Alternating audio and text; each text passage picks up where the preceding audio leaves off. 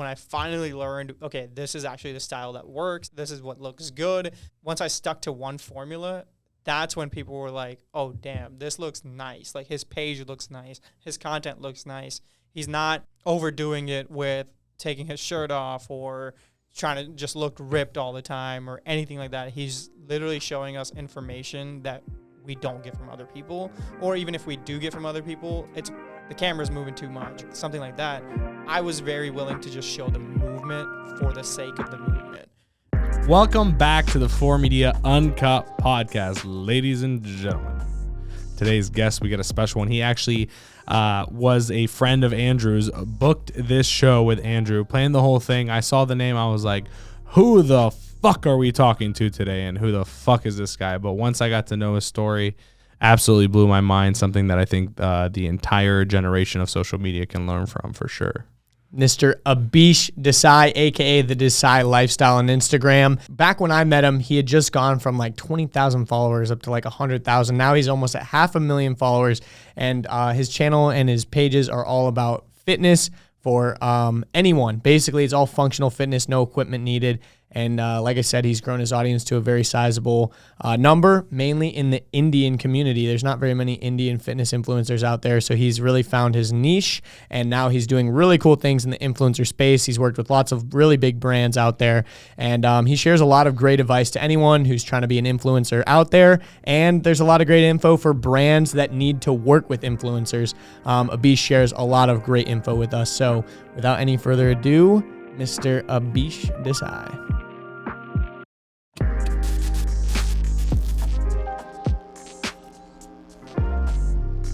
Abhish Desai, what's up, bro? What's going on?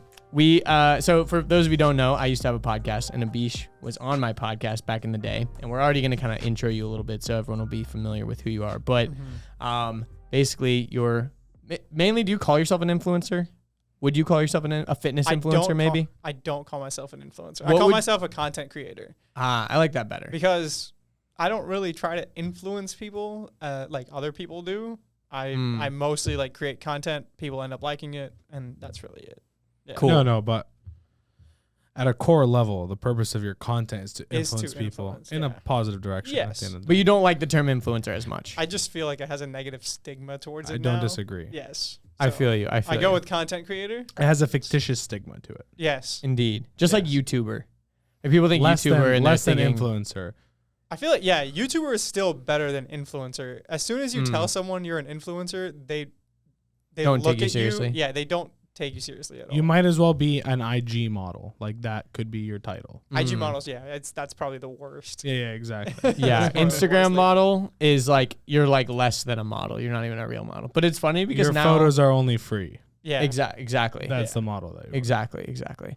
But I feel like for people that don't know, obviously it would be a great idea to just start from the beginning. Tell us your story of how you kind of got from where you were to where you are today, and then we can kind of jump around and stuff. But I'd say start from kind of like high school and up, maybe. Okay. Because were you born here? I can't remember. I was not born here. I was Okay, born cool. in India. I moved here when I was 5. Nice. So I've basically been in Georgia my entire life. In high school, I mean, I moved around so much throughout my entire life that it didn't really matter. In high school, like I did drama and stuff like that. I was in the creative field a little bit.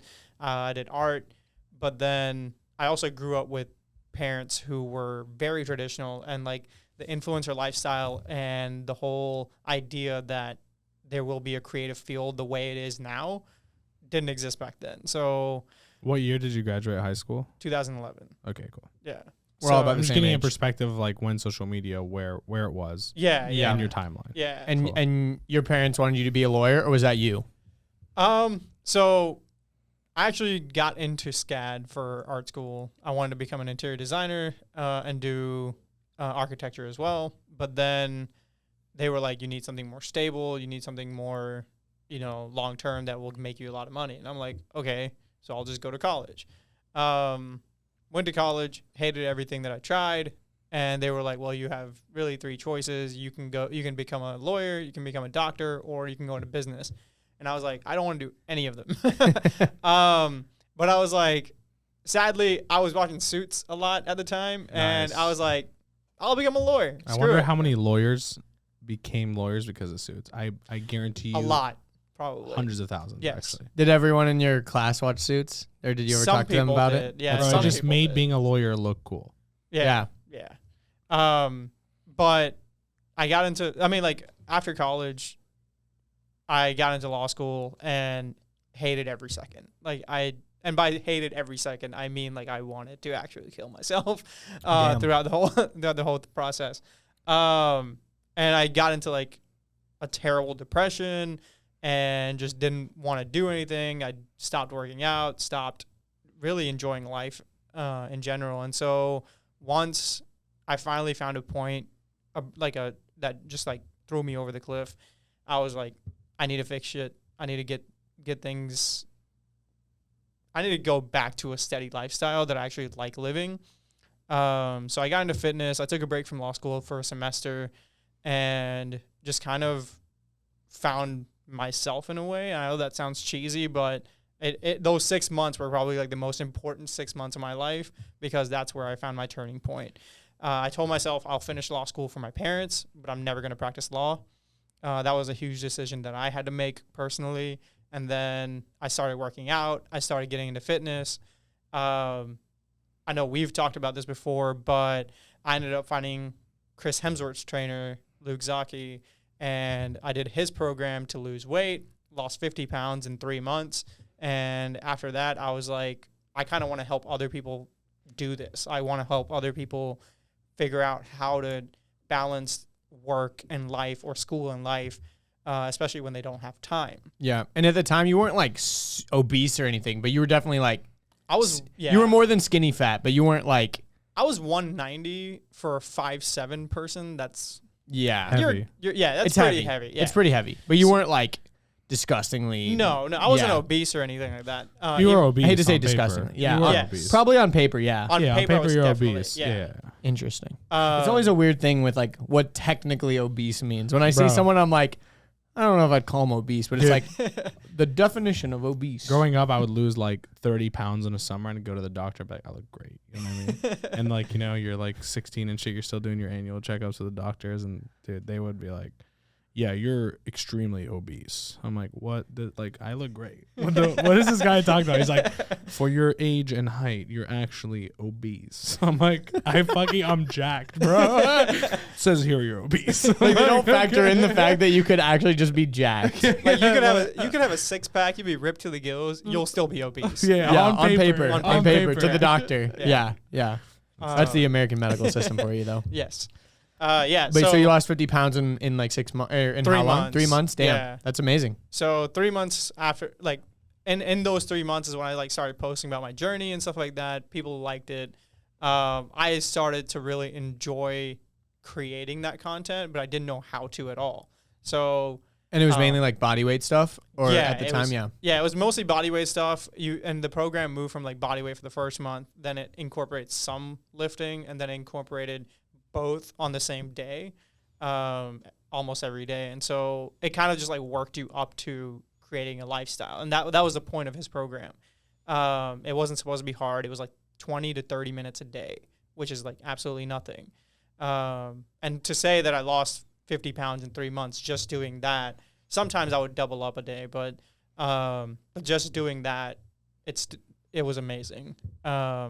But I wanted to actually create content. I wanted to like show people that this is actually very easy to do, and you can do it as long as you stay consistent, follow a program. And then during law school, I taught myself photography, videography. I taught myself how to edit, sound design, do everything.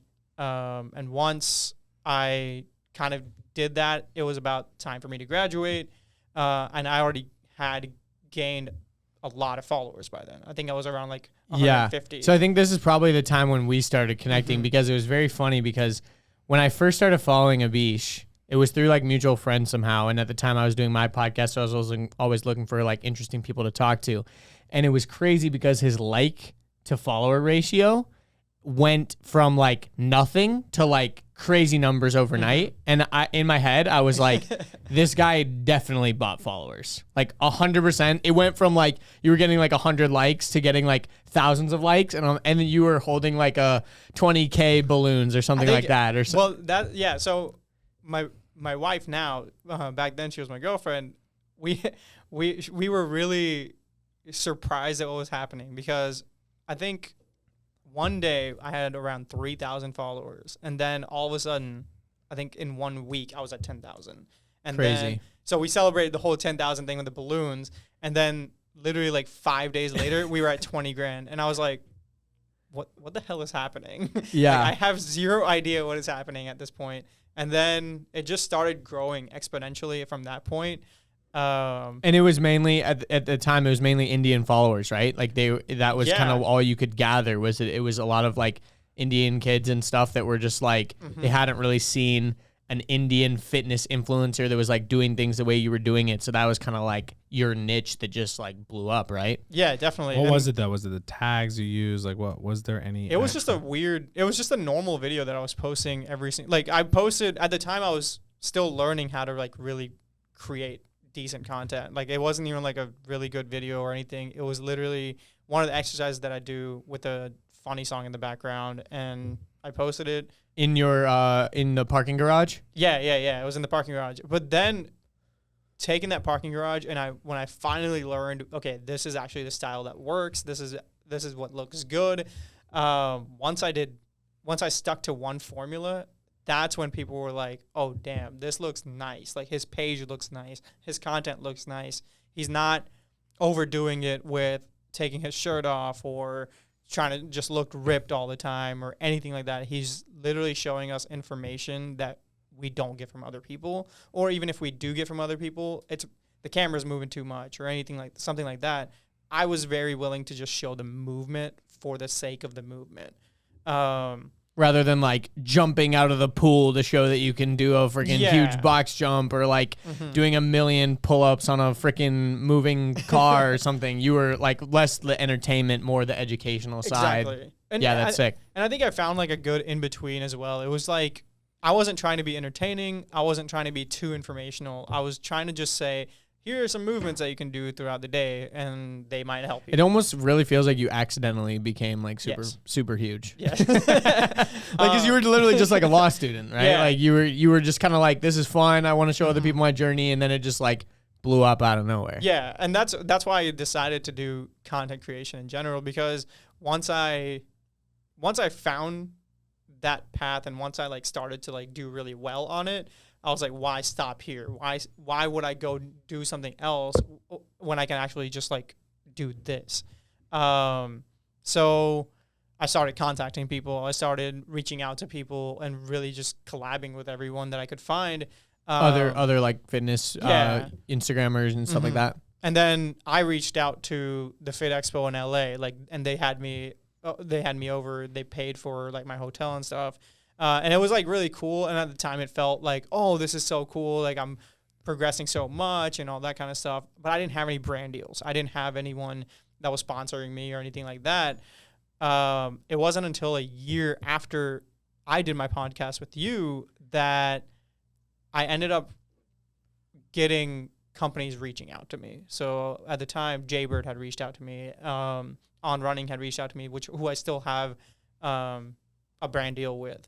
And so like companies that reached out to me, and then they were like, hey, we'd love to send you free products. And then I stayed so loyal, but they also like saw the work I was putting into my page, like photography wise, videography wise, and everything. They were like, oh, he's actually like legitimately showing off our products every single day. It's not, we don't have to, and we're not even paying him. They weren't like having to chase after you, like, hey, did you do your posts for the month or whatever? They're like, oh, this guy like lives like he's wearing on running shoes in every video, no matter what. So like, we're gonna pay him like almost like a salary. Yeah. So well, that actually took a while. So I mean, like, people don't realize that when you're in this lifestyle, you're not getting paid a majority of the time. A majority of the time, you're getting free products, but you're not getting paid. You have to work for that. You have to sell yourself. You literally have to become a marketing expert for yourself. So I stayed loyal to Jaybird. I stayed loyal to On Running and all those companies, and really just kind of made myself a part of the company to where they couldn't see their company without me. They just saw, oh, if we need content like this, that's Abhish is one of our athletes. Yeah. Yeah, that's dope. Yeah. So they always reached out to me if they needed anything. If they didn't have backups or anything, they would always reach out to me. So eventually they offered me salary. Eventually that became my living wage. And so you, like you said, you never did anything with your law degree necessarily. I mean, obviously you learned a lot, but I'll be honest, I don't even know where it is.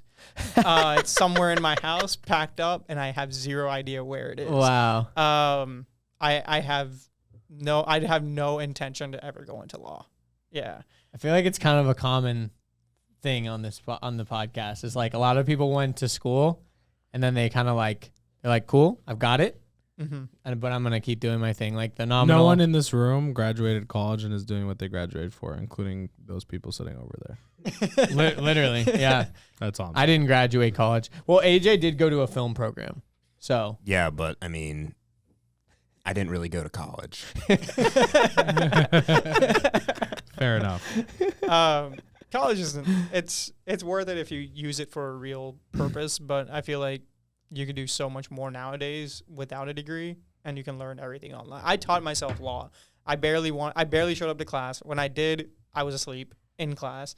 I literally started snoring in class and almost fell out of a chair once. And I still remember it was my criminal law class, and I was in the third row from the professor, and I passed out and almost fell out of my chair. And my friend caught me. And I just woke up to my professor just looking at me like, what the fuck are you doing? And I'm like, sorry, like I was passed out. Yeah, so I like I said, I ended up just like completely putting all of that to the side and focusing on what I'm doing now. And now I'm in a transition period of, that's why I say I'm not really an influencer. I still do create my content for my Instagram and stuff, but I'm working on bigger projects on that are still in the works, still going on the side. But I'm sure like anybody that follows me has seen me collab with so many people nowadays, and it's mostly because they're a huge part of that project. So I'm constantly meeting new people, interviewing them, and then like working with them to create a bigger project. Can you give us a taste or no? Is it not publicly spoken of? I can give you a taste of it. I can give you the idea of it. So basically, the biggest project I'm working on. This is all copyright. No, so the biggest idea that I'm working on right now is how we have so many incredible people in the world, and all we see nowadays is highlights. We see the crazy stuff that people are up to. We see all these like cool videos with awesome music in the background, and we never really see what happens in the background. We never see how they got there. We never see what the effort was. But not only that, if someone else wanted to actually start doing what those people do, no one's informing the general public how to get there. Mm-hmm. So I was like, well, what if I had created a show to be able to do that? What if I actually showing actually how the step-by-step, like what you did to get to where you are? That's sick. Getting a perspective from someone who's already a master in that field. Mm-hmm. So I would be interviewing them in a much more, not in a way where we're sitting down, and not in a podcast way, or not in a way where we're he don't want to stationary. Say it. He's like, no. Not a stupid podcast way. He held that one for so long. He's like, fuck it, it's the best example I got. A stationary interview. Let's put it that way. Yeah. And I wanted to actually like get people out in the field doing their thing and interviewing them while they're doing it. So an example would be a high diver or a cliff diver. So I would go and interview the cliff divers, maybe on an island or something, and then the extra bit to it, because right now it only sounds like a documentary, right? Mm-hmm. But the extra like little spice to it would be that I would actually learn how to do what they do without ever having tried it before. I'm scared of heights. I'm scared of swimming in deep waters. So for someone like me to jump off of a cliff or jump off of a high board would be extremely scary. But these guys, the people that I actually ended up interviewing and filming, they opened up the very first high diving facility that anyone can train at in the United States just a couple of months ago. Oh, wow. So when you So think will this project be on YouTube, or is it like a video series, or is it like an app, or what's the concept? So By the way, this whole idea is genius. I just wanted to say that. It's pretty cool. yeah, so I it's kind of like the person I'm working with right now. He described it as the Anthony Bourdain of adventure sports. Because he went out and tried all the food in the restaurants. I would go out and try everything that there is. Is that to the Man try. versus Food guy? It's Anthony Bourdain. Anthony Bourdain was Parts Unknown, right? Wasn't that a show Can't called? remember what it was But called. basically, yeah, he was like he was kind of like a unknown chef, and then he got a show, and then he just became huge. Like he would go and tour the world and go like into like. He wouldn't go to like the gourmet restaurants. He would go eat like street tacos and like fucking, some rural So like area. Man versus Food. Kind of like Man versus Food, but he would like go. It was more personal, I guess. Man versus Food is more like a challenge, right? No. It's all like sickest places to eat in Chicago, and then it's like one food challenge. Yeah, but So it's like Anthony this is the Bourdain best was more. street taco in Michigan. Anthony Bourdain was more like reality show where he was like, it was like on a personal level, like talking to this like old lady who like really put in like so much passion to her. Okay. Like, it was get like it. more of like feeling the culture versus Yeah. just I get going out and like eating food or something. Yeah, it was yeah. actually like finding out like what the food is all about and why I this get it. street food kind of Yeah, thing. yeah. and why the food means so much to their culture and stuff like that. But that's kind of what I wanted to bring to the adventure sports side, but not only the adventure sports side. So another example, like high diving sounds cool, right? No matter who you tell, high diving is always going to be cool. Well, what about ballet? One of the people on the company's roster is an incredible ballet dancer in New York. Well, I don't do ballet. If anyone's ever seen me dance, it's like hardcore. It's like this hardcore Indian dance called Bhangra. And so when people see me, they don't expect ballet, nor have I ever learned it. So one of the things that I pitched was, well, it's not just about adventure sports. It's about sending a message to the future of our world, which are kids, and saying, if you want to do ballet, you can go and do ballet, and this is how you do it. The guy I really want to interview in New York, he is ripped to the gills. If you see him dance, you can see every muscle fiber in his body move, and he's incredible.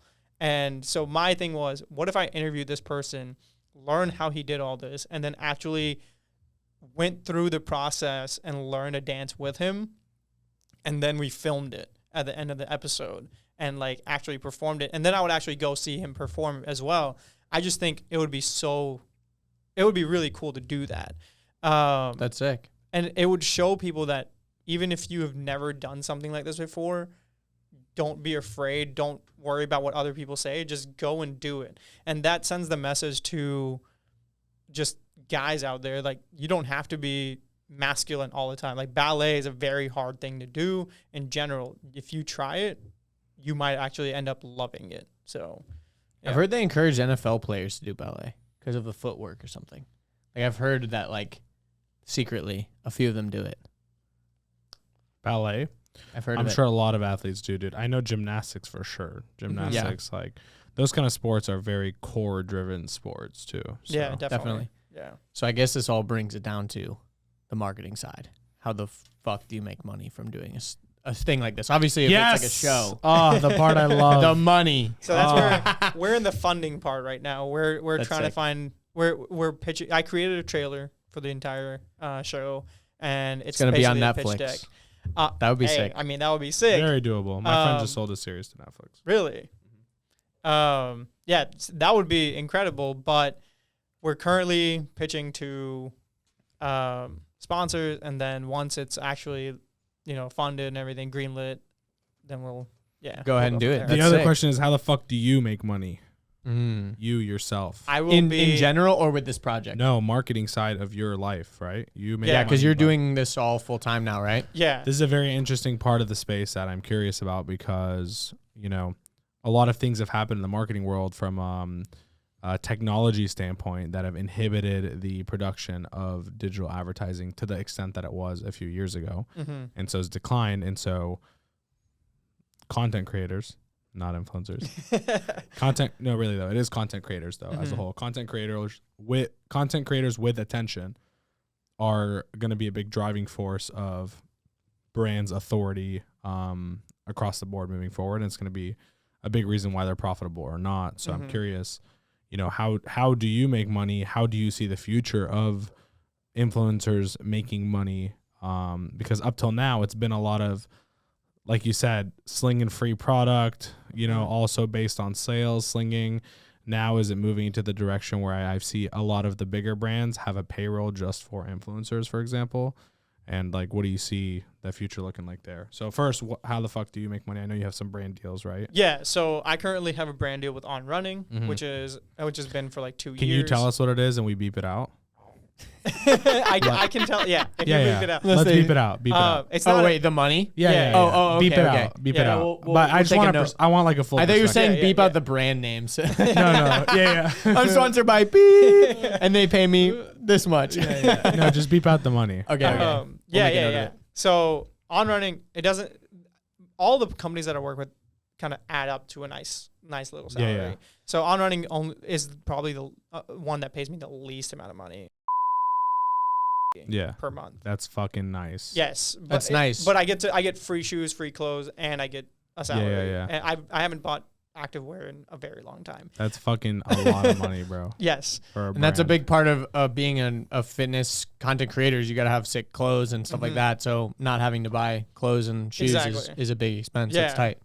So that's one of your main sponsors, but you said that's not even the one that pays you the most right now? No, that's not actually the one that pays me the most. Are you still with Jaybird or no? I'm not with Jaybird anymore. I'm still technically their ambassador, but I'm not exclusive with them anymore. That contract just kind of withered away. They ended up creating a new structure for their company, which ends up happening to a lot of people. And that's the scary part of doing what I do, is when a company is like, you know what, we're just going to restructure everything. There's not going to be they completely cut out the athlete program and created they brought in professional athletes that they wanted to use. So they were like, oh, we need to move our budget to the professional athletes and cut out smaller ones, which I'm like, you need both. You kind of need both, because you get most of your money from the smaller ambassadors and athletes that are actually promoting your products on a daily basis versus 1 or 2 commercials a day. Exactly. A month. And I mean, that is the kind of the traditional route with any kind of fitness stuff. Like back in the day, you think of companies that would make money. It's like, okay, how do we get our word out there? We need all the best athletes to be wearing our stuff. That's like the traditional model of it. And it's interesting what you were saying. It's like all of our tracking systems are starting to break and privacy, blah, blah, blah. It's like we're kind of having to like go back. Like, what do we do now? Oh, yeah, we should probably like get some like real people that people are paying attention to, to actually like wear our stuff and use our stuff. Exactly. And so the other companies I work with right now are, I still work with Bang. They reluctantly. I don't see any Bang on your page. Not yet. I'm just saying, I did some research. I know. So I was bad about posting. I've been traveling a lot, so I haven't been able to like consistently post for them. I can create anybody else's content. We're putting our monster cans on in the frame. We're just fucking with you. I work with Bang. They pay me about a month right now on the new contract. The old contract pay me, but they're asking me to post a lot less now. Like the requirements are a lot less. So like if you look at it respectively, it actually like is still a ton of money for what they're asking. Yeah. And then who else am I working with? I can't even remember now. Is it working Venom? Venom, actually Venom was a very weird company to work with. I like it. I like where this is going. Yeah. I don't have a contract with them or anything, so I don't care. Did you hear his tone? Venom? That was an interesting one. No, it was very interesting because this one dude reached out to me, and this always happens. It's like someone on a random ass page who like reaches out, and I'm like, why are you reaching out to me? Why isn't the company reaching out? But it turned out to be legit. He sent me a ton of Venom like stuff. He sent me my punching bag that's a part of my studio now, and everything. So it wasn't like it was fake or anything. And then I think a month into me working with them, there was no contact. Weird. Everyone just kind of disappeared, and I was just like, what happened? Like, Maybe there was like a weird like middleman agency that was just responsible for getting influencers, and then they went under or something weird. Yeah, maybe. Strange. And it was super weird. The guy just disappeared. It was on, and he was messaging me on WhatsApp. It wasn't even from here. It was from the UK, which I'm assuming it's because it's based over there. But yeah, so it was really weird. Still had a great time with them for the one short month that I worked with them. Damn, it was just 1 month, just like that. Yeah, That's funny. Damn. Hey, at least you get some free stuff. True. Yeah. And then so I work with a fitness equipment company right now called Fit App, or Fit Home Gym. I don't really know which one they go by. They have two different pages. He's like, I'm sponsored by this company, which I do not know the name of. Fit Home or by- Fit App? Yeah. I'll just call them Fit. They go their logo says Fit. So I mean, I'm sponsored by okay. Fit. I'm sponsored by Fitness. It's It's Fit something. basically- Just look it up. It's like Yeah. a red icon. That's funny. It's basically this like home gym setup thing. And Is it the thing with the screen on the wall? no, it's not. Is that a different thing? That's a Do you different have one of thing. those? I do have one of those, and I work with them only for like a one-off. And you have one now? I They're do have, expensive as shit, yeah. They aren't gave it to me, and I have a lifetime membership with it. Lifetime membership. Yeah. Wow. So I have a personal trainer in my own Dude, home. I'd Yeah. fucking post about Peloton for a month if they gave me a lifetime membership. That shit's so expensive, bro, Yeah. every month. So yeah, That's cool. the company I worked with on that was Tempo, and they blew up recently. And they paid me a post, and it And was the machine. and they And paid me. lifetime Yeah, they gave me the access. machine, and they paid me, and they gave me the It's a lifetime solid access. like $4,000 right there at least. Well, the lifetime access is $500. Like it's $500 a year. That's what I'm saying. Yeah. Yeah, And so the machine is expensive. like as shit, too. $2,500. Yeah, it's Yeah. stupid. Yeah, it's crazy. Yeah, but like I get those smaller deals all the time, and that's what helps elevate my pay. But the brand deals are what really keep me going. Yeah. So I make like brand deals every month, and that's like, Not bad. yeah, it's Not not bad it's at not all. terrible. And then with the smaller deals and stuff, I make it up to like around, That's a lot of money, bro, yeah, That's solid. for like shooting content for yourself. yeah. And are you still you're shooting and editing everything yourself pretty much? Still, yeah, Content machine. Love Mhm. it. That's sick. yeah. So the Self timer on the photos.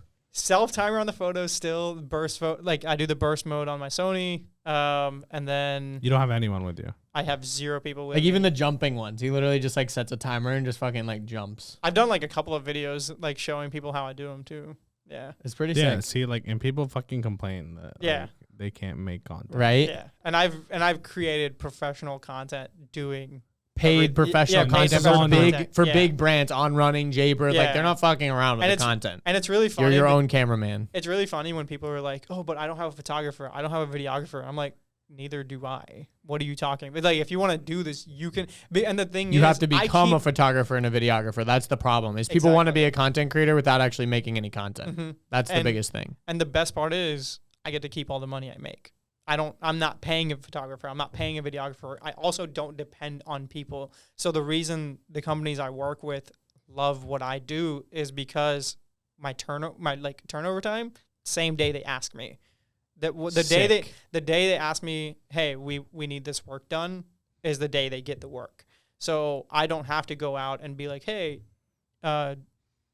When can can you you like come take pictures shoot?" of me?" Yeah. Like I don't need somebody to come over and do that. So that's like the best part. And that's, I mean, I think in our industry, like the biggest thing that we always prioritize is speed. Like Mhm. I think the biggest thing in content creation, especially back in the day, like people that kind of come from, the Hollywood side of video production or the very like, I mean, me and AJ always joke about the union side of videography and stuff. It's like, it's just so slow. It's very dinosaur and it's very archaic. And it's because the point of all of that and all the positions and having an AD and a, blah, blah, blah, and having every position filled is because you're trying to make the best thing you can make because it's a movie and it's going to be on screen and it's going to cost millions of dollars and there's a lot of things at stake and people are going to pay a lot of money to go see it versus a freaking Instagram ad that's going to play for 15 seconds and all it's designed to do is get you to click the shop now button and it just needs to get your attention and convert.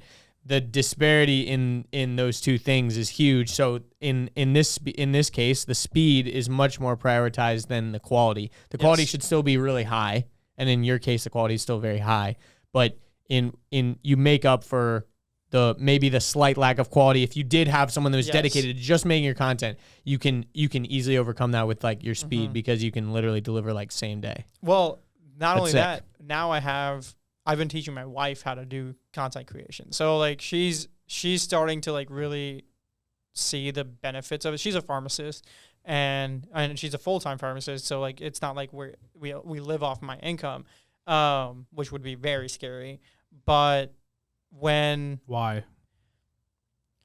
Because the stability aspect of having a partner with you at home, it helps us say, okay, she can pay all the bills and I can be the one that does the creative stuff. So for people that are trying to do something like this, right, create content, work out brand deals, suggestion is keep your full-time job until you build it up on the side enough to make it worth it. Okay, so I agree with that, but I don't agree. I'm asking. With that. Yeah. So I agree with that, and I don't agree with that theory because I didn't have a full-time job. Mm-hmm. I went a year without making any money after I graduated. But you had something saved. I had zero saved. So how did you live? I had money saved up from I saved the money I had from loans. So all of my loans that I had during law school, everything that I had, I was like, you were leveraging the loans. Yeah, I was like, I'm taking every possible penny out because I'm going into debt anyways, an insane amount of debt. Let me just go into more debt. I don't care at that point because I'll be paying the same amount monthly regardless of what I'm doing. Do I recommend doing that? Absolutely not. It is very stressful to have that much, over $300,000 in debt. However, ouch. Yes. And you don't even know where your degree is. Exactly. I have a friend who has $800,000 in student That's loans. ridiculous. Between him and his wife, dude, that's a stupid. Like that's like unrecoverably stupid. Mm-hmm. You know what I mean? Like, and that's a lot. That's a lot. And my wife has almost paid off her loans. So like that's how nice are you doing benefit. on your loans? I haven't started paying them off because Jeez. COVID came. And then they delayed the interest that would be building.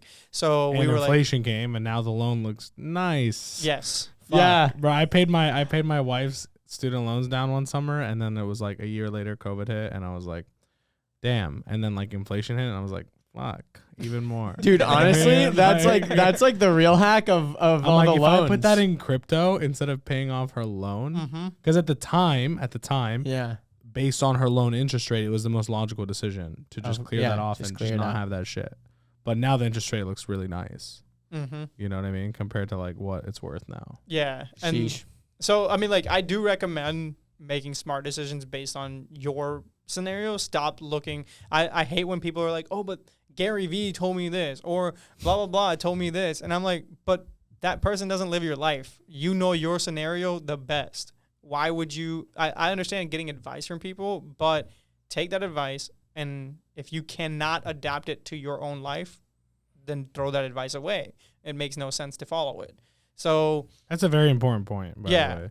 I think a lot of people neglect that. Like, I take advice from a lot of people that are way better off in the thing that I'm seeking advice from, but I also know my cards better than them. Yes. You know what I mean? Like one of my friends who now we're very close friends with, we're business partners, we do a lot of things together. I asked him when I was in going to law school, I was like, should I just go be a lawyer or should I do my own thing? And he said, you know, it just depends on your opportunity cost, but law school was the best investment I ever made. And I chose not to go to law school, even though this was like the highest point of authority at the time for me to accept the advice of. But because of my life situation, I played my cards differently, and everyone should play the same way. Exactly. And the thing is, like, when the question you asked me, why, like how I made money around that time, I was also at a point in my life where I hated doing anything that was not content creation. I also was at the lowest point in my life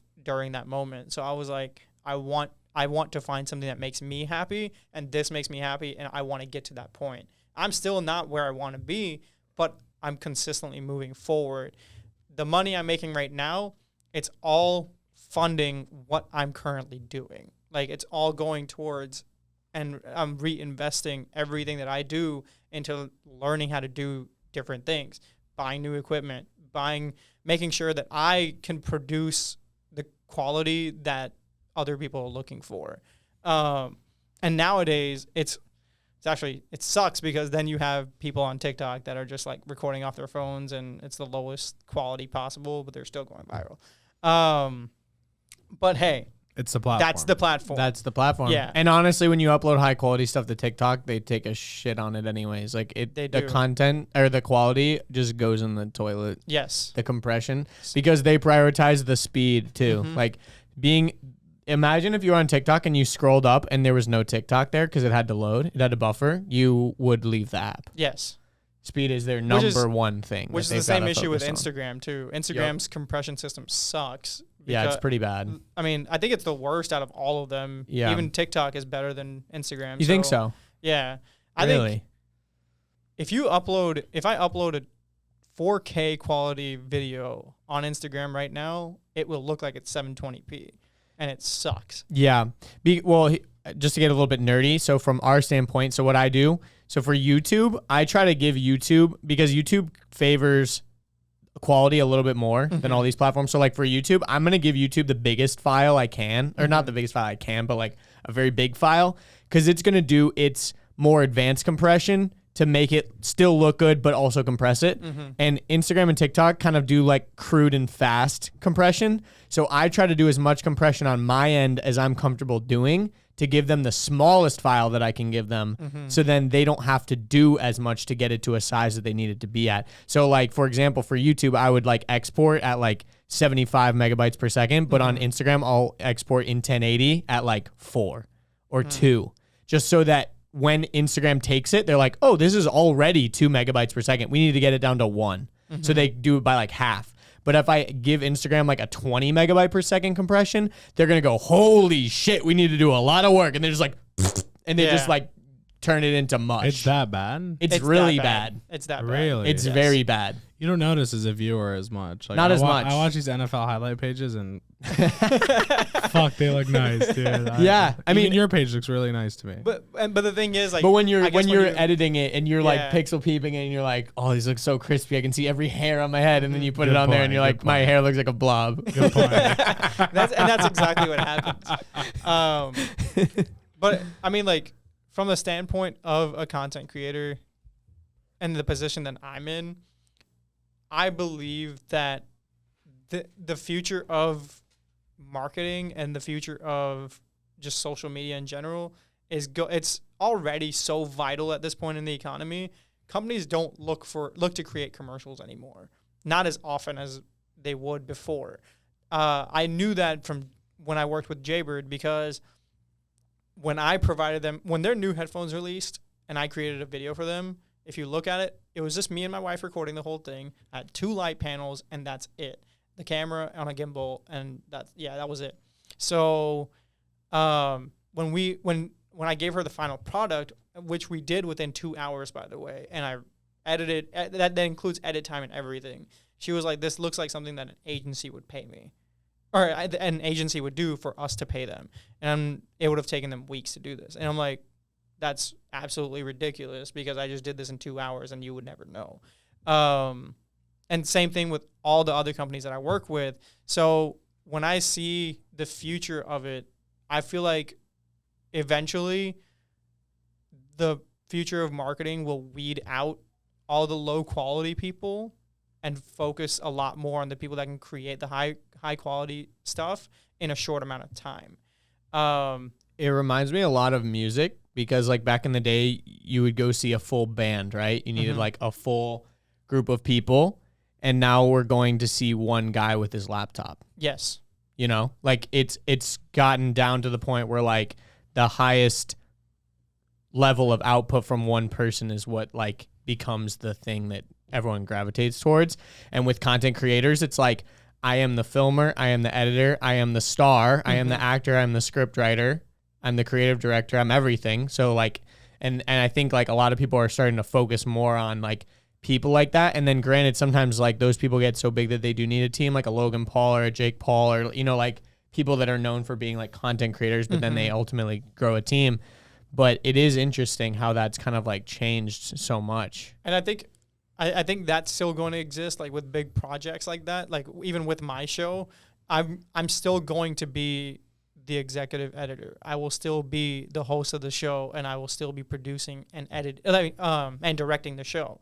So when it comes to all of that and being at such a huge level with the company that I'm working with, I feel like that part of it will still exist. But when it comes to marketing for smaller companies or like just regular companies in general for everyday use purposes, I think it's definitely moving towards high quality content creators versus influencers and so on and so forth. Influencers are still going to be a huge part of like makeup stuff and like, you know, the everyday uses like clothing and all that. But I feel like when it comes to big products, it'll definitely be more content creators. How big is your email list? That's a good question. I don't have one. We have a big problem here. Do you see that problem? I'm serious. I know where we're going with this one. I mean, really, that's a big problem though, right? Like, yeah. Instagram shut down. What the fuck did you do that day? I was on vacation. Okay. So I could care less. No, the thing is, like, my Instagram's there and it's cool. And because you have what, 500,000 almost now? Yeah, almost 500,000. And does that feel weird? It does not. I don't, the follower count does not matter to me. I thought you were over 500,000. I thought it was like 500 something. I think it's 490. 490. I'm at 494 right now. Okay, you were just close I'm like, as fuck. That's yeah, what I was. In my head, I read it getting as to 5. that point. I'm like 5. Yeah. The only reason like I would even care is because like it's a landmark. We're getting there, but we're not there yet. Yeah. And my wife reminds me of that every day. She's like, "Where is it now?" And I'm like, "It's. Do you really want the exact number?" Yeah. So like she reminds me, but other than that, it does not matter. Even with the algorithm nowadays, like with posting, engagement has gotten so low. And at first I thought it was only affecting me, and then I looked at people I followed, and I was like, damn, it's even worse. Engagement. Well, no, it's just like terrible for just everyone. In the toilet. Yeah, and I'm like, I did not because I went from like getting. Here's what happened. So on average, I would get around like 7,000 likes on a normal basis. I went from that to getting right now. If I were to post, I would get a max of maybe like 3,000. Post what? Like post a workout video. Of reel or a regular video or an IGTV? Either one. IGTV sucks. Like when I big posted difference IGTV. though. Reel would be a lot more, I think. Reel would be more not views. Likes. Surprisingly, not necessarily likes. Views. No, views. not yeah. Views, yes. Yes, we're talking views. Likes, no. So why do we care about likes? Though? Probably likes. I are don't. Less. So I didn't care about likes until I saw the dramatic drop in engagement with likes, because I was like, okay, the saves are still there, the shares are still there, but why aren't those people liking the I think the behavior inside of Reels is the scroll. The scroll, yeah. And you like for me on TikTok, I only like things that I want to get saved to my likes so that I can go back. Yeah. So my behavior on Instagram liking things is literally my instinct is like double tap. Cause like I think back in the day, especially when Instagram was brand new, it's like liking something cost me nothing and it's gonna give my friends like that little bit of dopamine, like, oh, Andrew liked my post or whatever. But like when it comes to influencer posts, I don't like shit anymore. Cause like, dude, in general, I don't like much shit that I follow unless sometimes I'm numb and I'm like just scrolling and I double tap, and I like everything or I like nothing. Exactly. It's like not a behavior that I'm trying to do unless I'm saving something. That's special. Saving or a share is like actual engagement. For me. Exactly. And which saves is and where shares. that's important. Like the saves and shares are currently the most important things with Instagram. It was just weird seeing that dramatic drop. So I was getting around 7,000 likes a day. Oh, not a day, per post. And then all of a sudden I was in New York, and I was just shooting random stuff. And then I came back and I posted what I shot. All of a sudden on those posts, 27,000 likes, 30,000 likes, like crazy numbers for 4 posts.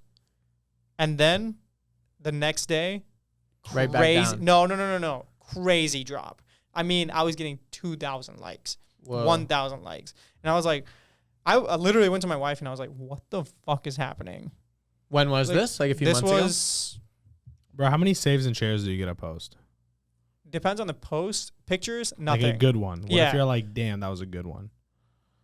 That's when I get the worst. No, but damn, No, it's a no, good one like- when you're looking at the number. Yeah, when Yeah, I'm looking like- at the numbers, I get around like 2,500. Okay, shares? Yes. No, Okay. saves. Okay, shares? Shares around like maybe 800, 900. Okay, you get more saves than shares. Yes. Interesting. Yeah. Because, I mean, like with workout posts, I feel like you would, that's That's a lot something of you would engagement. expect. Yeah. Dude, I saw That's solid. there was a photo. Someone was hanging out with Dan Bilzerian, and they took a photo of his phone, and how many story views he got. Dude, I forgot what the fuck the number was. It was in the millions. It was in the tens of millions. Really? Yes. That's wild. ridiculous. It was like something stupid. I was like, holy fuck. And I like went to his page and I was like, dude, that's like fucking 15% engagement rate on a story. Like that's insane. Wild. My engagement on his stories has gone up. I get around like 30 to 40,000 views every time I post a story. Nice. So something that's really interesting recently, Josh actually posted this. The head of Instagram, I don't remember what his name is. No. No. Josh Kobayashi. Okay. Sorry, I thought you meant Josh Snow, the head of Instagram. I was like, the head of Instagram, and you're like, Josh Snow. I'm like, he's not the head of Instagram. Yeah. He's the head of Snow Teeth Whitening.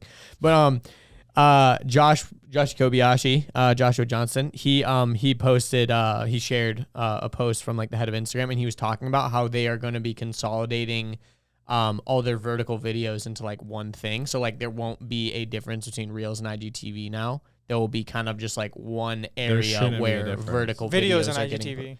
Not Reels. Reels are still going to be separate.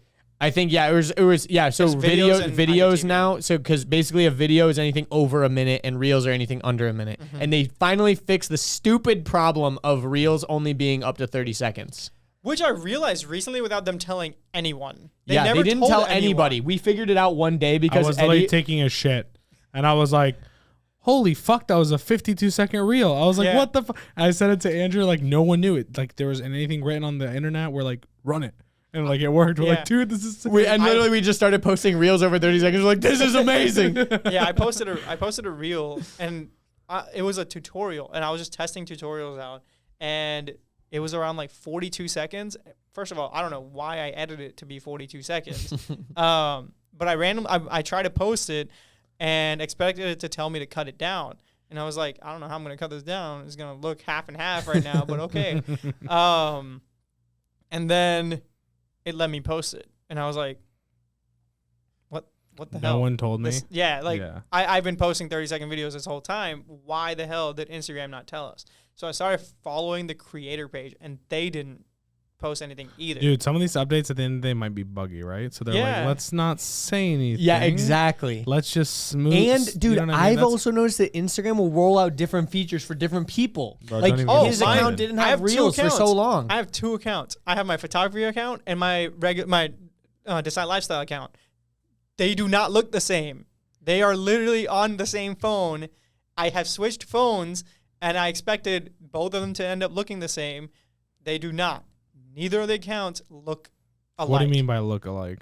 They physically do not look alike. Like the interface of the app interface is of the different. app like is the different. inbox Okay, is in like a okay, different yeah. place or something, Oh, no. and the likes are like all of that is in the same place, but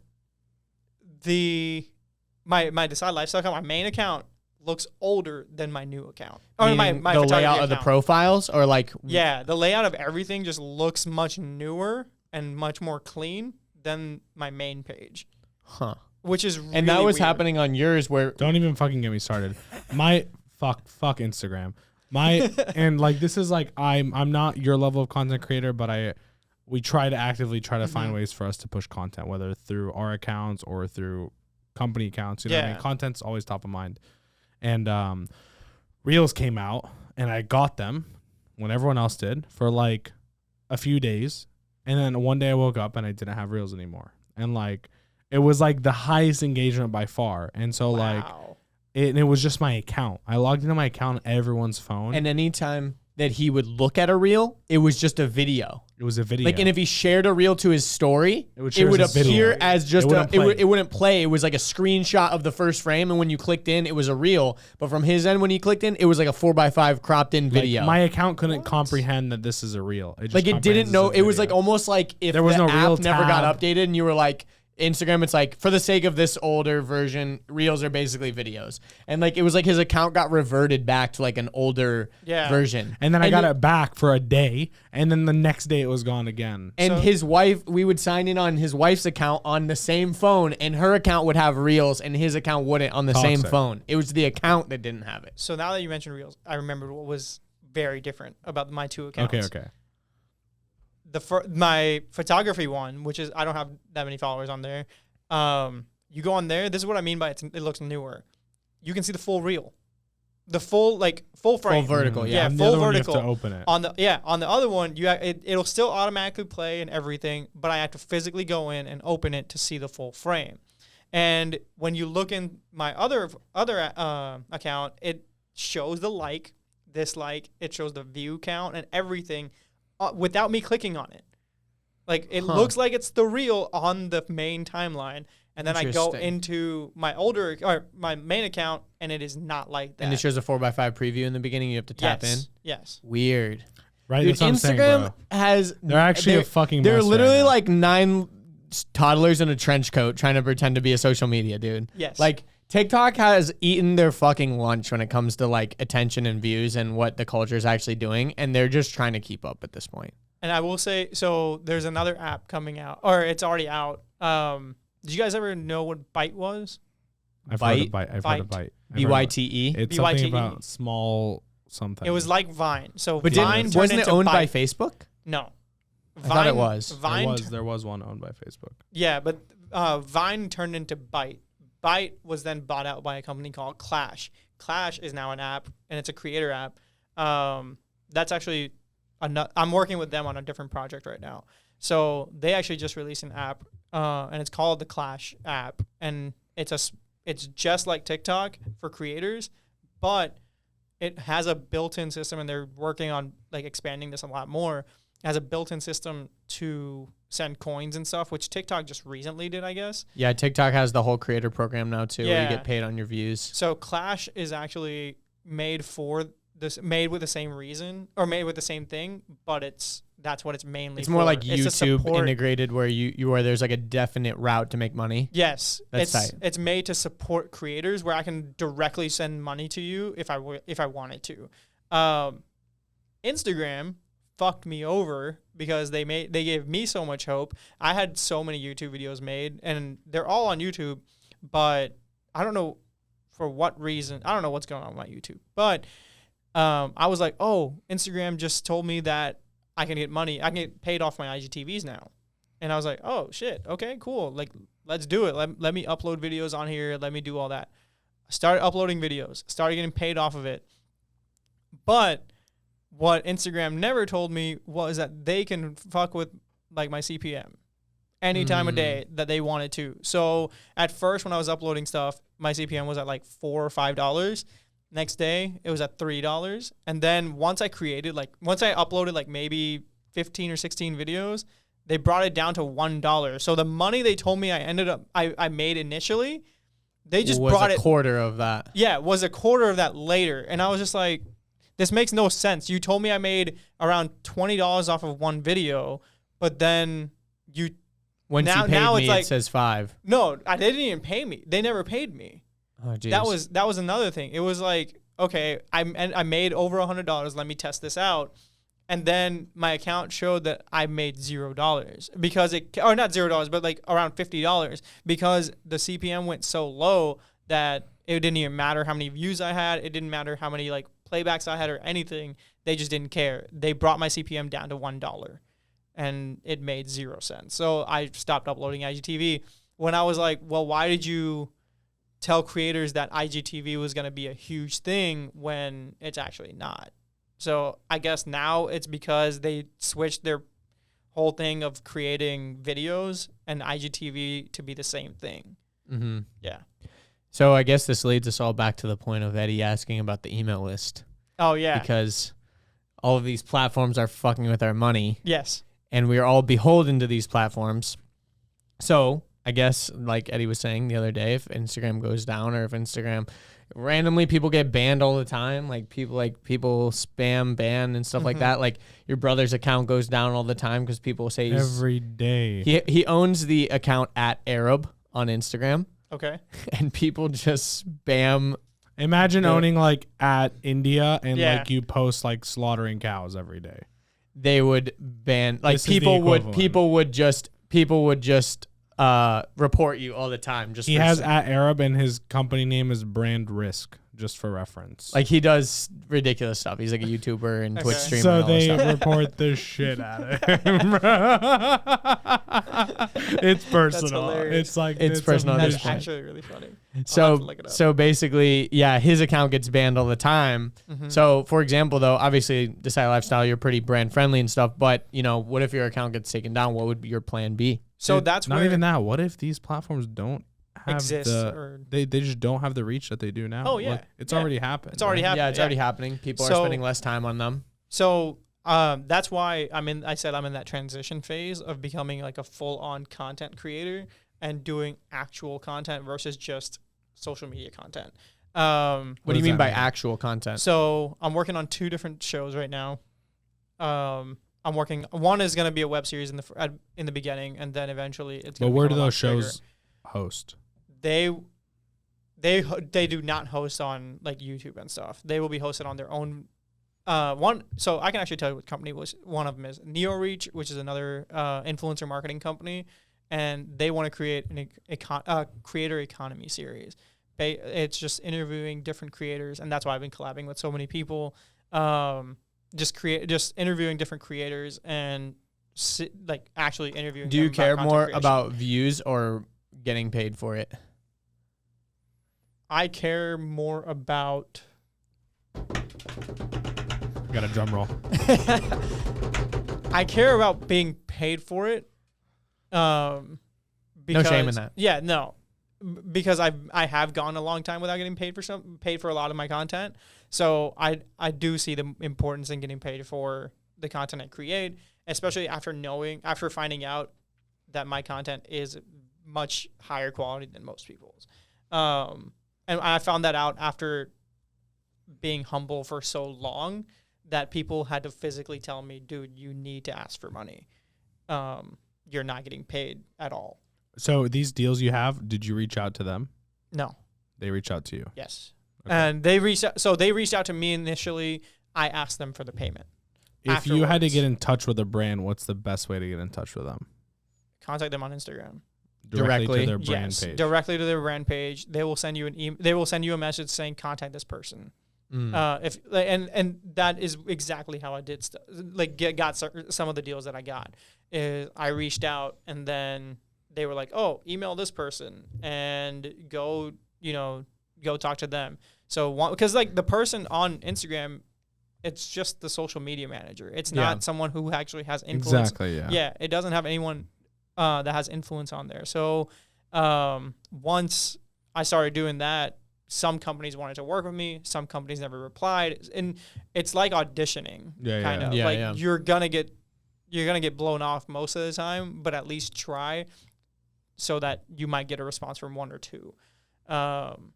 Yeah, and it's really not that bad. Yeah. And I mean, to go back to the initial thing though, I think what we were kind of saying is the importance, like, because we've been talking about this a lot with brands, because brands, I mean, like you built a big following on Instagram and stuff like that, but like a lot of these brands, they're completely dependent not only on their Instagram and stuff like that, but they're dependent on ad spend too. So Yes. like they're dependent on spending money with these platforms to get their ads in front of people. And we've been really talking about it a lot recently, especially with the Facebook stuff going down, that building things that are permanent, like an email list where you actually have a physical list of your audience that you can, no matter what goes down, like email is not going to go down, like an SMS list, even having like a website that, Can people you give know. yourself 5 reasons to have an email list? I can give myself a couple of reasons, Give but me I can also 5. give a couple of reasons not to. Let's go 5. Let's do Okay, 5. 5 to have an email list. 1, it is permanent. Email is never going to go down. Okay. One. Yeah.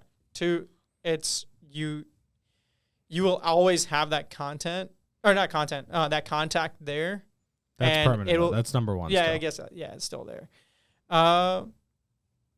What's your reasons not to? No. We definitely find 5. I'm just trying to make a point. No, I cannot actually. I can't give you 5. Okay, cool. Do you become? I'm on running. Okay. Do you become more valuable to me when you have 50,000 people subscribed to an email list on Black Friday, and you send out, "Hey, On's running this sick ass 40% off deal to Black Friday For So free. 50,000 For free to person run list. that. To, Not to run even. that How much program. more money can you make if they just give you 20% of every purchase? You know how much purchases will go through a 50,000 person list on a Black Friday, bro? You will sell thousands of shoes. That is true. At $25 a pop in your pocket. Yeah. You know, you will literally make 40, 50 racks on a weekend. So here's why I don't think of that point. Mm-hmm. And that's why it's a very good point. But here's why I don't think of it is because I don't see myself as a salesperson. You don't need to sell. Well, no. I know what you're saying. Why are you making your videos on Instagram? I mean, to promote the company. No. Or not Remove even the the company. brand, you. Yeah. You. Why are you making these videos? Because I like to. Okay, but like, what's But the it is purpose? your live. But it is It your is living. it is my livelihood. Yeah. Why are people watching these videos? Is my question. Why do people like share your stuff? Why do they save more than they share? Because they want to learn what I do. Exactly. Don't you think a lot of people can also easily get educated by you texting them something or you emailing them something? Do you understand what a Rather than what a bothering standpoint, because a lot of people think of email lists as like a bother or like an SMS list. Maybe as I had like, a bad experience with it. So I did hire a company at one point to create an app for me. Yeah. They created an email list and their emails sucked. And so I saw them as like just templates. Like this. Bro, but this company are your brand. Bro. Yeah. It takes you less time to write an email than it does to shoot a video. True. And you can deliver the same amount of value. Bro, let me give you like the most basic level ever. Your subscriber base, don't you think they would appreciate on like a Monday at 8:30 a.m. to shoot them a small text? Hey, don't forget, stretch, touch your toes 10 times and do this really quick and it'll light up the rest of your day. And they do, and they're like, that was fucking awesome. Like, I'm glad he texted me that shit because like that changed my day. That actually sounds awesome. Yeah. Yeah. So like, and if we had those controls over DMs on Instagram, think about how sick that would be if they gave us creator controls to be able to DM people on a mass scale. That would be sick. But I feel like that could be abused pretty hard. They have done it and it got abused, and that's why they shut that shit down quick. Yeah. On Facebook, bro, Messenger chatbots came out. I built subscriber bases of hundreds of thousands of people on so many brands, and you could send them a message anytime you want with a 99.9% open rate. So fucking retarded ass numbers. And bro, in less than a year, that shit was shut down. Yep. Yeah. It turned. I remember those messenger bots because it got so annoying. Yeah, you have to send someone a message and say something, and they have to respond. And if they respond, then in that 24-hour period, you can blast everyone that responded in the last 24 hours. You get what I'm saying? So it got to that. Then it got to like, this is probably just cut this out. Yeah. Now the only thing I think that you can do is like auto replies. Like if someone messages your brand, you can just set up an auto reply to be like, I never checked this. Yeah. which is exactly what I mean. That's at that point. That's what I have. If you had an auto reply, it's just like it's annoying as fuck, bro. Yeah. Have you messaged them? I'll message my friends. Right? I'm like, yo, bro, like we still linking up this weekend? Hello, Eddie. Thank you for messaging me. Dude, it's so annoying. Well, I can help coach you. I can help teach you. I can do it for you. Message 1 for private coaching. Message 2 for blah, blah, blah. does it even read as like does it read as read for them after they send an auto reply? It has to, right? It has to. It has to. Because So why would annoying. why would it show unread message? Like if it already I mean, I don't know how the system I works. know. I get your Stupid. point, though. I should actually find the answer to that. Yeah. Yeah, that's crazy. But no, I see the importance of an email list. I guess I went in a different way of creating projects outside of what I normally do that would be sustainable outside of everything that I do. But your message You're right. No, will you're right. decrease in reach. Yes. Dude, how many followers do you have on TikTok? Like 3 grand. 3 grand. Yeah. If you had an email list, you would have 50,000 tomorrow. Yeah, maybe. Yeah. That's true. Because you could transfer people Because I over. can transfer people over. Yeah. Dude, if Instagram shut down tomorrow or your Mhm. reach was throttled, which has already happened so many times, Mm-hmm. Okay, to the point now all of a sudden you wake up, you have 500 likes instead of 3,000. Once you were at 8,000. You know what I mean? Yeah. Like you have no way of moving anyone anywhere else. True. Yeah. You know what I mean? I want to reiterate this because I've made it a strong point for our company recently. Like we need to build a list. I need to clean up data as efficiently as possible. We brought in a new salesperson and we're selling tickets to our event. VIP is $10,000 and he's getting on calls with people because of our list. He's getting on calls with people that he's like, yeah, it's 10K. And they're like, is that the highest price point you have? And they're just paying 10 grand to come to the event because of the people that are also paying 10 grand to come to the event because of a list, not because of my social media. These same people follow me. Yeah. But because we have a list, I can send them something to their inbox that's hidden, that's not public. Yes, you can DM me, but even then it's just not the same. And then they can get on a call with someone because they're on that list and filtered accordingly. And he knows these people are in this category. So like, don't think of it as monetization. Think of it as a better reach. That's a better permanent. reach, yes. As reach that like you own. Because that's like the hardest thing is realizing that all of the stuff that you've worked for could be like gone in a flash. Yeah. And even though obviously diversification, like you can have a huge ass YouTube channel, TikTok, Instagram, all this stuff. But even at the end of the day, we're all still beholden. And that's what happened with me with my gift stuff. I had gifs. I had 2 billion views on my gifs. And then randomly, Giphy decided that I wasn't verified anymore and now no longer. And I was building, at one point, I was building a business on top of Giphy where I was charging right? 2 billion with a B. Wow. 2 billion with a B.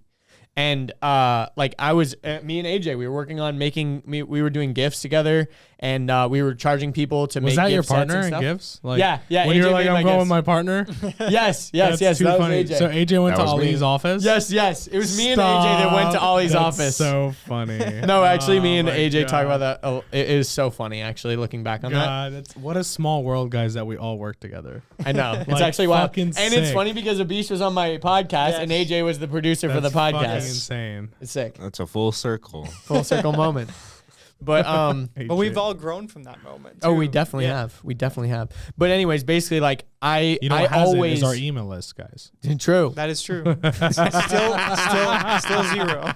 And the funny thing is about building that though was like I always knew that building a business on top of that platform was silly to a certain extent because there was always going to be this one unknown factor of is Giphy going to verify my clients or is Giphy going to verify my clients? And at some point they could just pull the plug on all of this, which they did to me. And then I'm screwed. Yeah. And it sucks. Like, like all those views are gone. Like I can't even see the analytics anymore because they unverified me. Like I had gifts that were being used by all huge people, Wiz Khalifa, David Beckham, Joe Rogan, like literally people using my gifts. Like it was crazy. And then now like you can't find them on Instagram because I'm not verified anymore. Wow. So like, and I could probably get it back and all this shit, but it's just like annoying because these, But they didn't even luckily send me an some of email. Some of the brands we worked with still have some of Yeah. the Giphies up, Yeah, which is pretty cool. A lot of the brands that I did work with, a lot of my clients are still verified, which is sick. Which I'm glad about because that would look bad on me. But some of my clients did get banned, so it just sucks. That sucks. But, that's the way the world turns, I guess. But anyways, I guess it all boils down to because we've been making more of a commitment as a company to like invest in more permanent forms of content and things like that, not Permanent relying everything, not just content, right? Permanent content, permanent email list, permanent systems, permanent checklists, permanent job descriptions, permanent job applications. Like we're trying to make everything permanent. You know what I mean? Instead of like always doing shit again. I think for me that's where I'm building out my website now, and I'm trying to do something where instead of people having to find me on Instagram or having to find me on TikTok, everything's in one place. But I mean the way to do that, the way to market that again would be to do the email list. I do agree that an email list is great. I just never. I take full responsibility for never going into. Here's it. what I want you to do. I want you to really consider this, Yeah. and then like hit us back up in like 3 months and be like, "Damn, that was okay." Make some sort of fucking functionality training that's like super short, like maybe 6 5-minute videos. Yeah. Example. And literally just slap the link in the YouTube videos that you upload and in your bios on Instagram and Wherever else, TikTok. and just say like, hey, get your free, 6 video guide on how to XYZ, whatever it is that you're mainly trying to teach, and actually give value in those things. And that's it. Don't sell anyone anything. Don't have an email follow-up sequence. Just put that shit and say, let me know where to email it to. That's it. Don't even sell anything. Don't do anything. Yeah. 90 days, come back, and you'll be like, dude, I have fucking 85,000 subscribers. Like, I can do whatever the fuck I want. Yeah, that's what Richard did with Wheels to Walking. Is he set up an automated thing where basically he didn't want to publicly share his like full story like on YouTube. It was like kind of dark and involved like drug use and all this stuff. Is like, I'm not really comfortable fully sharing this yet, but I'll share it in a series of emails. So you would sign up, and basically every day for like 5 days you'd get like a new one. So even if you again like that's like the bare minimum is like one thing. You could even go as further as like sign up for my 5-day whatever, and like each day there's an automation where they get like one new thing that's like this is what you're gonna do on Monday, this is what you're gonna do on Tuesday, Thursday, whatever, and then you can repeat that for like a 5-week program or some shit. I don't know, but like then you're providing value like every day, and they're getting used to you being in your inbox. Yeah, because then that's the other thing is like, because once you have that list, if you're never warming them up all the time, then like they're gonna ultimately be cold. Cool strategy too. Like from an email standpoint, what people don't realize is like opening emails is cool, clicking them is cool, but like replying to your email from a email gauge is really cool. Like Gmail's like, damn, like 40% of people responded to this guy, not just clicked his shit. You know what I mean? That's like a different metric of engagement if you really think about emails. And so like you could send that email, and then like, in the email or in one of the videos that they get, tell them like, hey, if you got to this point, send me a pineapple emoji back on my email. You get what I'm saying? Something that gets them all to reply, but like keeps it engaging. And you'd be surprised, dude. On one of our podcasts, we're like, send us a hot dog emoji if you got to this point. We've gotten hundreds of fucking hot dogs, and like hundreds of hot dogs, bro. My profile alone has got 100. Like our social media page got a ton more. You know what I mean? Way more than I did. So like, it's just funny to see that. You're like, these guys actually sent us a hot dog emoji. Literally. But anyways, my point is like, really build a list, dude. You have so much influence that like you're only losing it as you build it. I actually agree.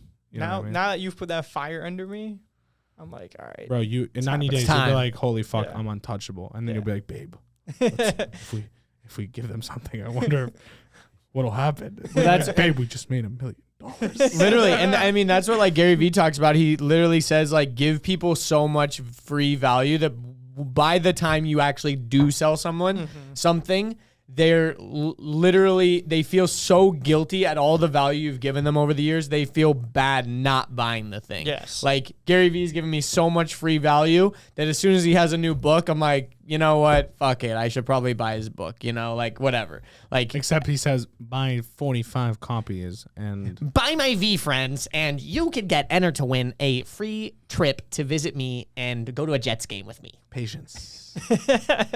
Patience. Always though. He's always like, buy 12 of my books.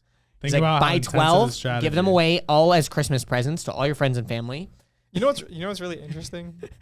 The people that actually like started following everything that Gary Vee does, and I've seen this never execute on anything. No.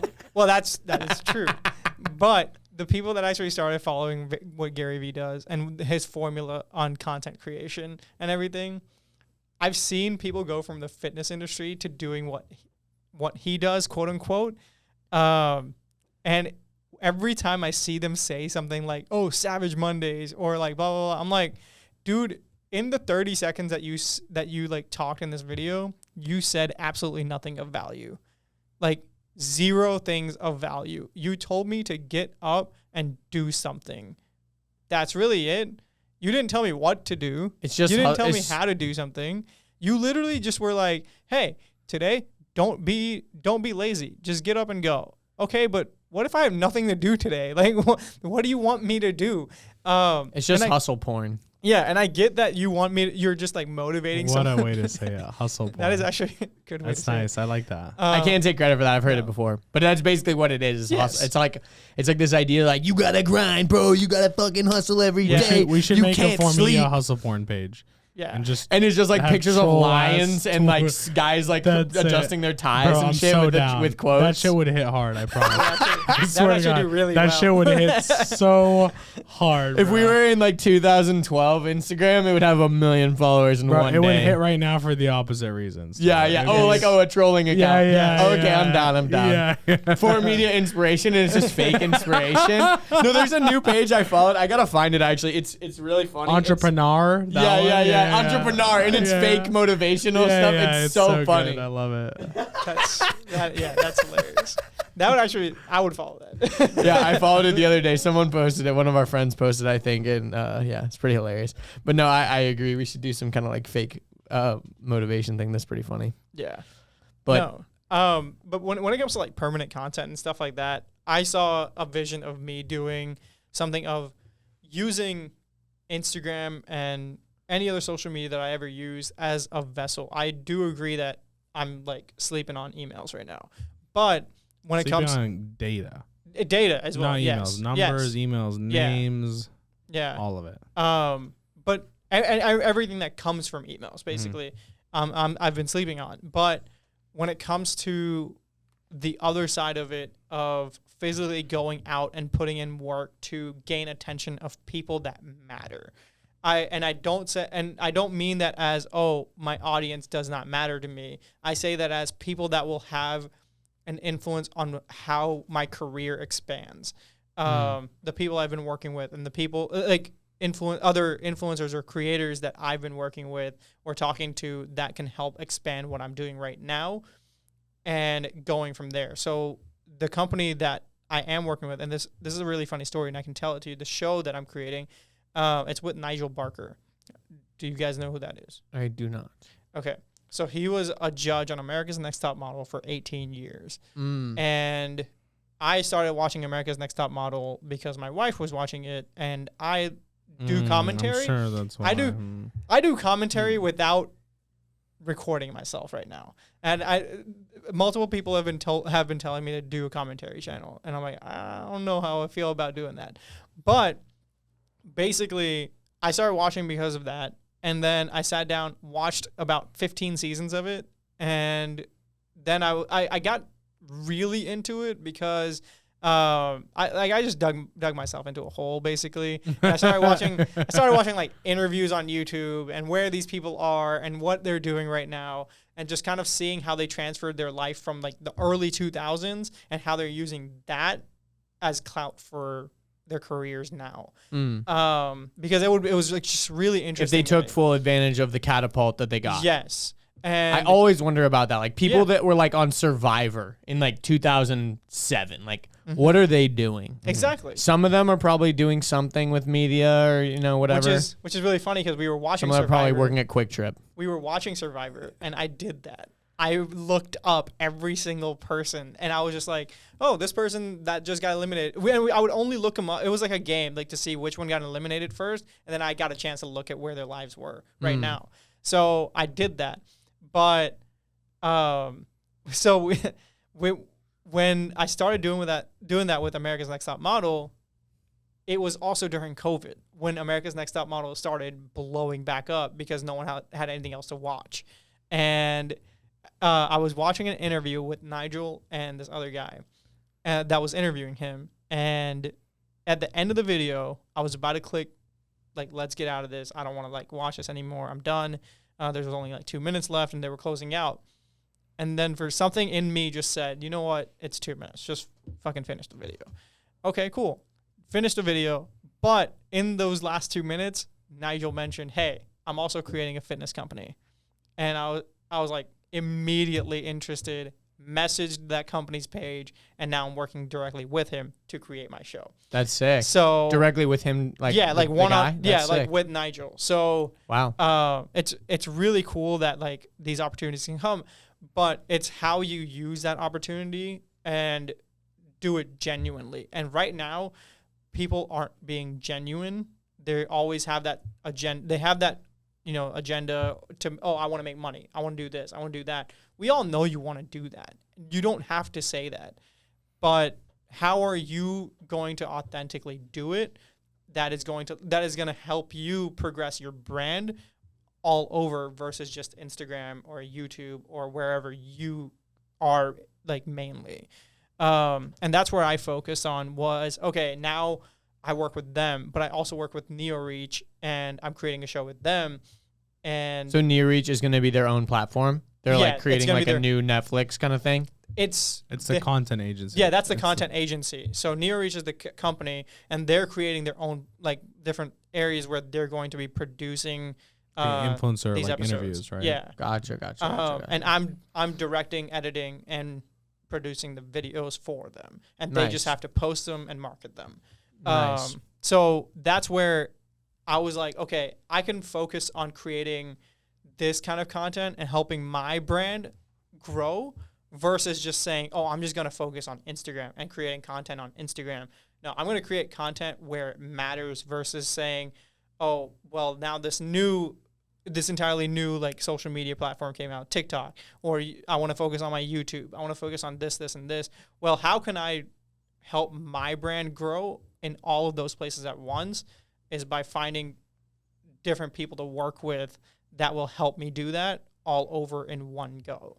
So if the show does succeed, and I'm putting my eggs in one basket, but I'm also putting them in the right baskets. Let's put it that way. Where will the show be distributed if it's like successful? Would it be bought by Netflix or something, or would it be bought by a different thing, or is Neoreach developing their own thing? Neoreach is developing their own thing, and so is Nigel's company called Vive. Vive is also developing their own thing, but they're also pitching my show to networks and stuff, and then it will be a Vive original. It'll be a Vive original. It'll be produced by his company since he has a production company, but it would just be put on their network. And then it will Why be do put on you his think own. that it won't be? Why do you think those platforms won't become a Quibi, for example, that put in billions of dollars and then die? It could. It honestly could. And that's Because where we haven't really seen an emergence of a long form thing. I mean, we've got like Discovery Plus and stuff, but that's Discovery that's been around for so long. Like, Yeah. what do you think is the secret sauce that's going to make this one versus anything else? the roster that he's working with. And Quibi had a pretty fat that is roster. true. Yes. Did they have like fucking Yeah. Kanye and Chrissy shit? Teigen. That is true. Like they had the best of the best. They had fucking like Addison Rae and shit. Wasn't like, even Chrissy like Teigen new, like an Chrissy owner? Teigen had her own show. Yeah. It was actually nuts how big of a roster they had. They had executives from Disney. They had Steven Spielberg making a show. On they paper, had they had everything. the sickest Yes. roster of all time, actually, and they went in the toilet. Yeah. And it could happen. That's the risk I'm taking. And Because that- I personally, I just don't see anything getting bigger than YouTube, to be completely honest. Until there's some kind of cryptocurrency platform that pays creators directly from viewers, like until there's is. some sort of microtransaction thing that happens. There is, and it's coming, and that's where we should be. Oh, it's investing. coming. For sure, it's coming. And I wasn't trying to be gross by saying it's coming. No one I was, thought you were. I know the way I said Actually, it. yeah. The way I said it kind of sounded like I was trying to be like that, but I was being genuine. You're It is literally coming. the only person who. Did you guys get the vibe? no, not at all. Actually, no. you are actually the only Coming person. is a normal word that people Yes. use on a It's daily also a basis. county here in Georgia. But anyways, it's coming. And no, I think that will be the thing that really disrupts it is some Yes. kind of peer-to-peer or some kind of like attention tracking where like directly by me viewing this video, you're getting dollars. And right now YouTube has the best platform for that. But unfortunately, sucks. YouTube as a corporation is taking 50% of all of that revenue. Well, it's not even which they just, like- deserve. it's Which not- they deserve. It's not even 50%. It's also at that point. It's just like where they're also. So this is what happens. It is 50% though when you're Yeah, talking no, about it is. Yes, but what I'm saying is like they also don't give everyone the same amount of views. So if I'm getting views in Australia, or if like a lot of my views are in Australia, UK, I do get a majority of my views from the US, but a lot of them also come from like these different countries. So when I look at the rate that they're paying me at in these other countries, it is not the same as what they're paying me from the US. Yeah. That's what actually sucks because I'm like, well, I have a global audience. So creating something on YouTube for me isn't as beneficial as just creating content for companies or creating content for other people because Yet. Where Yet. are the platforms paying you more in those countries though? YouTube's probably still the number one for those countries. It's just that they just YouTube don't is have, definitely yes. They just don't have the reason why the U.S. views are paying more is because there's more competition in the ad market. Yes. Like there's a bidding competition happening, and they know that like Ford is going to pay way more to outbid Chevy for these videos than in Australia or like wherever where it's not as competitive with the ads and shit. Maybe. Yeah, I agree. I could be wrong about that, but that's how I understand it. No, yeah, and so like for me, it was more so about just and that taking it back to like that permanent content, just creating content all over versus just something that will help me grow one thing. Try to create something bigger, and yeah, I'm putting my eggs in one basket, and I have actually seen the repercussions of that. I worked with Samsung. They were going to release an app to compete with Apple Fitness Plus, and it never released. I put in. Did you get paid at least or no? Oh, zero. So that sucks. So this is what sucks. I was one of the first recruits to be on their app. I was actually the third person they recruited to be on their app, and I created content for 8 months. I have hundreds of hours of archived footage that I could use anytime I want, and I will be using. But I have to like go through and edit out like all the Samsung stuff. But that sucks. That Sam sucks. Yeah.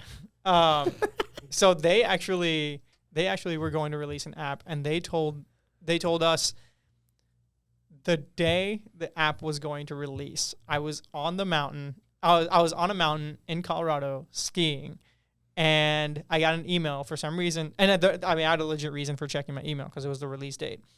And they sent us an email saying, hey, yeah, we're just going to scrap the whole project. On the day it was supposed to come out? Yes. And let me tell you how much something. money do these companies have where they can just scrap projects on that type of scale, too? So they created the entire app. We had been using the app as like we would be testing it out and everything. Not only that, 2 weeks before that, they hired 2 other trainers. They gave us an update 2 weeks before that saying, hey, we just hired 2 more trainers to be added on the app. Please go and welcome them, blah, blah, blah, blah, blah. And then... How many trainers were on the app? I think maybe like 20. That's why they stopped it. How many are on like Apple Fitness Plus? Like hundreds or like... No. Oh, okay, it's about the same amount. Oh, okay, really? wow. Yeah, Damn. yeah.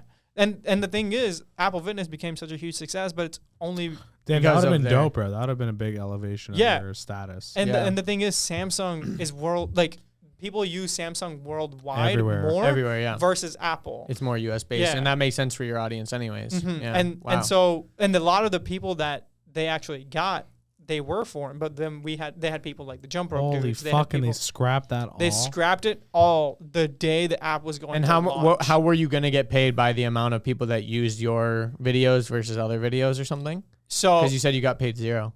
no, so yeah. So we were only going to get paid once the app was released and whatever revenue they made. It was based on the revenue. So they had 3 tiers where it was just like, okay, I would get paid by the amount of views I got on their app, and I would get paid a certain amount from that. But then I would also get paid based on the ratio that people came on for other people, but then they watched my videos. So it was just like this whole like very complex A lot of variables you couldn't control. Yeah. Which sucks. Are you doing? But we calculated everything. We actually went yeah. through and calculated how much money we would make on the minimum amount of views based on like Samsung's reach. We calculated it, and it was a fuckload of money. And we were really looking forward to that day. So when it But went, you when I know say what it's the hard actual pressure- minimum was? Yeah, Zero. So putting in Fuck. like so That putting sucks, in like dude. hundreds of hours of work. Damn. And and it was a creator-based app. So it was like, so we had to film our own videos. We had to produce these things, and they were very, very well produced based on who was creating them. You know what it sounds like to me? Sounds like you got that video course I was talking to you about already filmed, and you can just ask people for an email to get access to Yeah. it. Yeah. Sounds like it. And sounds like there's Yes. already a lot of course platforms out there that you could easily just plug and play with too. Yes. Yeah. Yeah. So that's Sick. That's what I'm working Could on be a right blessing in disguise because you Yeah. could be getting all the money for that. now. Yeah. So Pretty dope. I mean, like, in the end, like Samsung screwed us all over, which was really weird because there were like bigger people than me. There were people with millions of followers, like on Instagram, and they like screwed all of us over. They didn't tell us anything else. They were just like, hey, we're scrapping the project. We're putting our money towards something else. Blah blah blah. Never got another reply. Never got paid. The most we ever got was a Samsung watch from them. They gave us like the Active 2, and that was about. No, I don't That's even an Apple use Watch. it. That's Yeah, I'm pointing out. I don't even use Not it. even using So I actually gave it to my sister-in-law. So like it was, it's literally. For the record, it's a better watch than Apple Watch. Anyways, continue. I don't He's know if using I them. agree. Well, if you're an iPhone user. Yes. Yeah, I have everything. Actually, Apple, so. the Samsung Watch connects to iPhone. Fully. It does. Yeah. It does. Fully. Yes. Fully. But I'm saying if you're an Android user and you're using an Apple Watch, it's not going to be as good. Yeah, but even when I had an iPhone, I used the Samsung Watch. It's just. I've never been a watch. It also smartwatch looks guy. more like a watch. It does. I look more appreciate. Circular like bezel. Yeah. And it's got the cool little dial. I Yeah. like that shit. Yeah. Anyways. But yeah, just putting your eggs in one basket, it sucks. But at the same time, if you're doing it the right way, it might work out. So with this new project, are you getting paid up front? I am not. No. Here we go again. Jeez, Abhish. Abhish. We should name this Come on, episode man. So I'm Third Time's the Charm. Let me actually make this better for you. Okay. Because I gotta so- know why you're doing this. So Neoreach does pay me salary. I'm a creative director for them. Okay, that's cool. Yes. So you are at least getting paid. I am getting paid from them. Okay, that's Yes. dope. Okay, that changes everything. Yes. Okay. Neoreach actually pays me salary. I do work as an actual creative director. That is a very, very part-time job for me. But when Same with 4Media. yeah. Yeah, you're barely Creative director for This is media. the first time I've seen It's you. like a complete side You job. do it on the side after the gym. Yeah, exactly. And before. And then the Nigel's company does not pay me yet because we're all. I mean, like that's how production works. That's And how it's a such big- startup. yes, it's a startup. So Yep. it's never gonna be like, oh, we're gonna pay you a shit ton of money in the beginning, and then no, that's never gonna happen. Are you getting a guaranteed percent of the company or something? No, it would just be my show. It would just be like what the show makes, not what the company makes or anything like that. But with Neoreach, there's a lot more to it, like that I would get in the future rather than now. But we're also getting funding from that from other companies as well. Nice. Yeah. Well, I hope it pays off more than the Samsung thing. Yes. I mean, at Anything this more is point, okay. that's a very low bar. Yeah. Andrew, your confidence lackluster here. Yeah. No, because I mean, I again, like I'm just saying, like I've seen it so many That's times. the risk you're playing at the end of the day. Yeah, like rather than trying to reinvent the wheel, it's like if you're just trying to make money from what you're creating, then dude, go for it. And if you're getting paid salary, but like from my standpoint, it's like I would not like I was watching Hulu or something the other day, and there was fucking ads on it, which is so dumb. Oh, we just had to buy it. We just had to get Hulu without ads. Like we couldn't. Like the fact that you can pay for Hulu and there's still ads is baffling. But anyways, we're watching Hulu, and there was like Morgan Freeman came on, and he was talking about his new show on the History Channel. And I'm like, do you know how much money the History Channel paid for Morgan Freeman to be the host of this stupid show that, in the grand scheme of things, nobody is gonna watch? Nobody. And then on the other side of things, you've got people on YouTube that are in their bedrooms making content by themselves with one camera, one person. They're editing everything, and they're getting 20, 50 times the views. Literally 50 times, you know? And it's but they're like, making nothing and- like, compared to what Morgan Freeman's making. but that's not what I'm saying is Yeah. Morgan Freeman's making that bag, of course. But the problem is the company is investing in the wrong thing because Yes. they're dinosaurs and they don't know how to operate outside of their old way of thinking. Mm-hmm. And that's where I think a lot of people are like making the mistake of like, they're like, yeah, dude, I'm podcasting right now because one day I'm going to be on the radio. And it's like, you do realize that the radio is actually going backwards, bro. Like, you owning the platform is what all radio hosts would die to have because that's the one thing they don't have control of. That's why literally the main like podcast hosting site is called Libsyn, Liberated Syndication. It means your syndication is liberated. You have the freedom to be your own syndication, whereas before we were beholden to cable companies, radio companies, all this stuff. Now with the internet, like anyone can be their own broadcasting. So that's why I think if you're going towards like a MCN or like a, you know, going towards some new platform, you got to be making that guala, because otherwise I think YouTube is where you're going to get the most eyeballs. If At you're the worried end of about the day, eyeballs. if you build a list and you go all in on this project, it doesn't fucking matter because Yes. you can always make the year's salary in a day. Exactly. Build Surprise, that list. surprise. So Build that the- list. the moral, Build that list. Build that list. the message of this podcast is build that list. Yeah. Dude, of course. Build that list and it's coming. Yeah.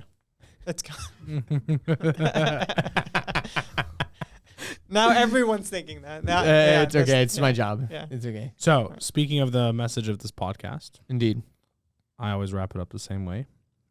If you had one fortune cookie sentence to write that you could give to yourself 5 years ago, 6 years ago, you know, that kind of age demographic here, what would the life advice be that you would put on this delicious, sugar-free It might fortune cookie? it might sound very cheesy and cliche, but do find what you love and run with it rather than listening to the people who, I mean, like, there are people that do care about you. Obviously your parents care about you, your loved ones care about you, but at the end of the day, it's your life to live.